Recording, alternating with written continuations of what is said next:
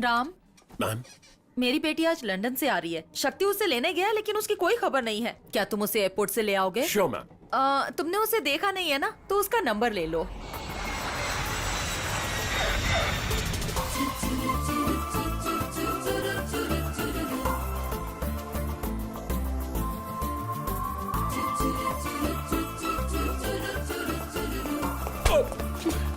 Sorry. It's okay.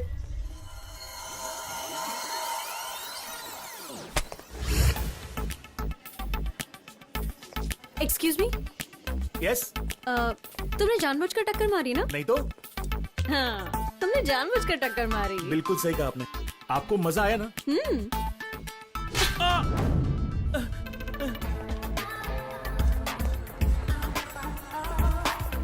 Idiots, pickup करने भी नहीं आया है कोई मुझे। कार तो यही है। हे ड्राइवर, ऐसे गाड़ी के पास क्यों खड़े हो? अराइवल गेट के पास आना चाहिए था ना? Sorry ma'am. हेलो, लगेज भी मैं ही उठाऊं? सॉरी।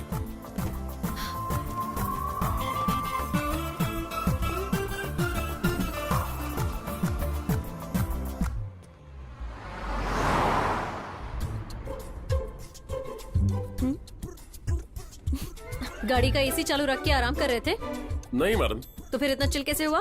मैंने आपके लिए एसी ऑन रखा था। या फाइन।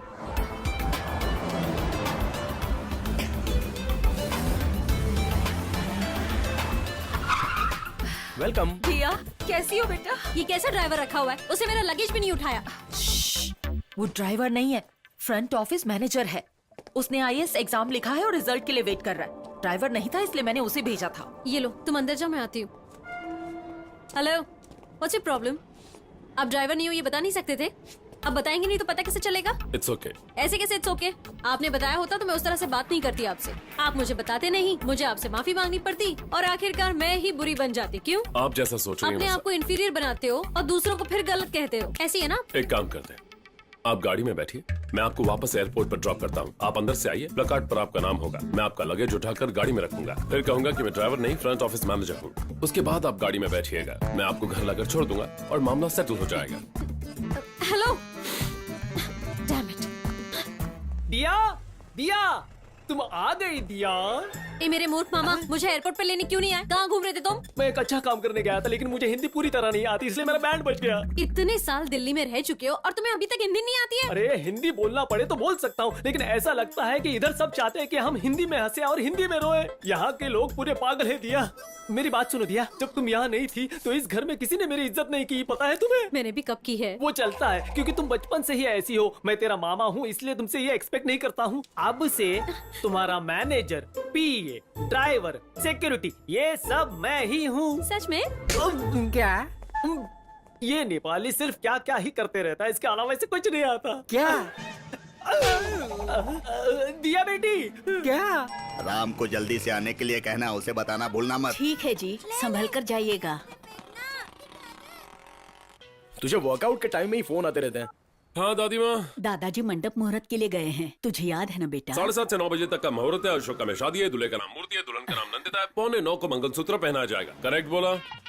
शुक्लम भद्रम विष्णुम शशिवदनम सतत सतत पूजम प्रसन्न वदनम ध्याये सर्व मंगल मांगल्ये शिवे सर्वार्थ साधिके। शादी रोको। आप रुक क्यों गए? मंत्र पढ़ना चालू रखिए। सर्व मंगल मांगल्ये। ए पंडित, मंत्र पढ़ना बंद कर। मीनाक्षी इधर आओ। ए मीनाक्षी, तुमने किससे पूछकर ये शादी तय की है? बिना मुझे बताए मेरी बेटी की शादी करवा रही हो? मेरी बात जरा शांति से सुनिए, पहले बैठिए तो। ए दूल्हे, उठ उठ उठ। राम, तुम इधर से जाओ, मुझे नहीं लगता ये शादी होगी।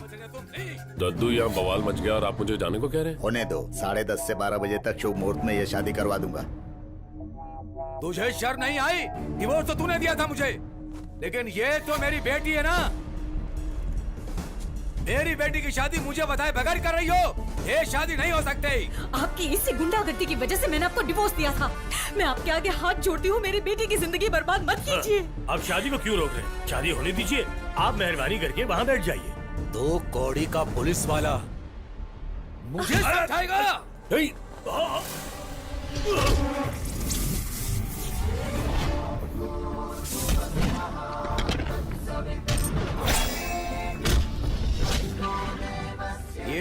मेरी बेटी है ना, या वो किसी और की बेटी है? बता, जवाब दे, बोल। रुक जाओ। औरत हो या बुजुर्ग हो, सबसे इज्जत से पेश आना चाहिए।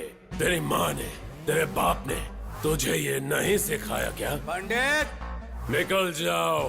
देखो मजाक कर रहा है। निकल जाओ।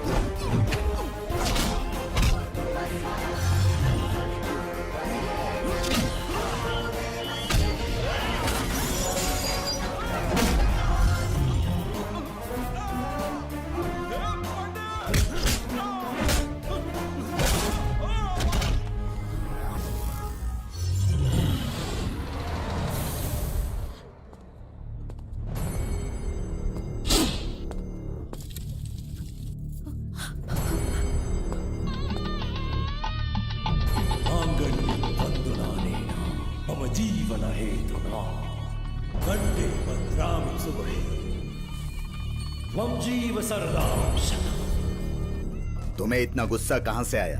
तुम जैसे पंडित जो सुबह शाम पूजा करता है उसे गुस्सा नहीं आना चाहिए। ऐसा तुमने तीसरी बार किया है। मैंने ये सब जानबूझकर नहीं किया। जैसे वो बुजुर्ग पुलिस ऑफिसर मुझ पर गिरे तो पता नहीं अचानक ही मुझे गुस्सा आ गया और मैं अगर पुलिस केस हो गया तो तुम आईएएस ऑफिसर नहीं बन पाओगे। तुम्हें आईएएस बनना है क्योंकि तुम्हारी माँ का यह सपना था, तुम्हारे पिताजी का लक्ष्य था। आप टेंशन मत लो दादू। आप लाख कोशिशें कर ले, उसका गुस्सा कम नहीं होगा क्योंकि उसके पिताजी के गुण तो आएंगे ना उसमें।